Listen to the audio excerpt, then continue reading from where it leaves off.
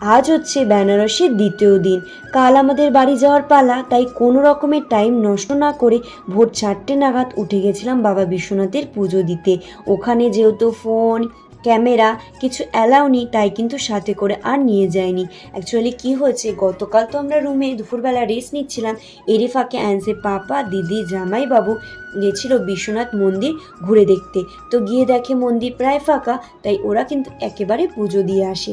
আর তার সাথে সাথে এটাও জানতে পারে ভোরবেলাও কিন্তু প্রায় ফাঁকাই থাকে, তবে 4টে থেকে 5টা 1 ঘন্টা টাইম থাকে বাবা বিশ্বনাথকে স্পর্শ করে পুজো দেওয়ার জন্য। আর এই টাইমটা ফাঁকা হচ্ছে, প্রায় মানুষ চলে যায় গঙ্গার ঘাটে সন্ধ্যা আরতি দেখবে বলে। তো উত্তম টাইম হচ্ছে বিকেলবেলা আর হচ্ছে ভোরবেলা। তো এরই লোভে লোভে আমরা গেছিলাম বাবা বিশ্বনাথের পুজো দিতে ভোরবেলা। তো গিয়ে শুনতে পাই এবং দেখতেই পাই অনেকেই নাকি মানে 12টা 1টা থেকে লাইন দিয়ে দাঁড়িয়ে আছে বাবা বিশ্বনাথকে স্পর্শ করে পুজো দেবে। তো আমাদের তো অনেকটা লেট হয়ে যায়, আর আমরা মানে স্পর্শ করে পুজো দিতে পারি না। নর্মাল সবাই যেভাবে পুজো দেয় সেইভাবে পুজো দিয়ে আমরা রুমে চলে আসি আয়ান্সকে পাহারা দিতে। আর এরই ফাঁকে আয়ান্সের পাপা দিদি জামাইবাবু বেরিয়ে পড়ে গঙ্গার ঘাট ঘুরতে। ভোরবেলা গঙ্গার ঘাটের ভিউটা কেমন হবে সেটাই কিন্তু ওরা দেখতে গেছিল, কিন্তু আমাদের তো আর যাওয়া হয়নি।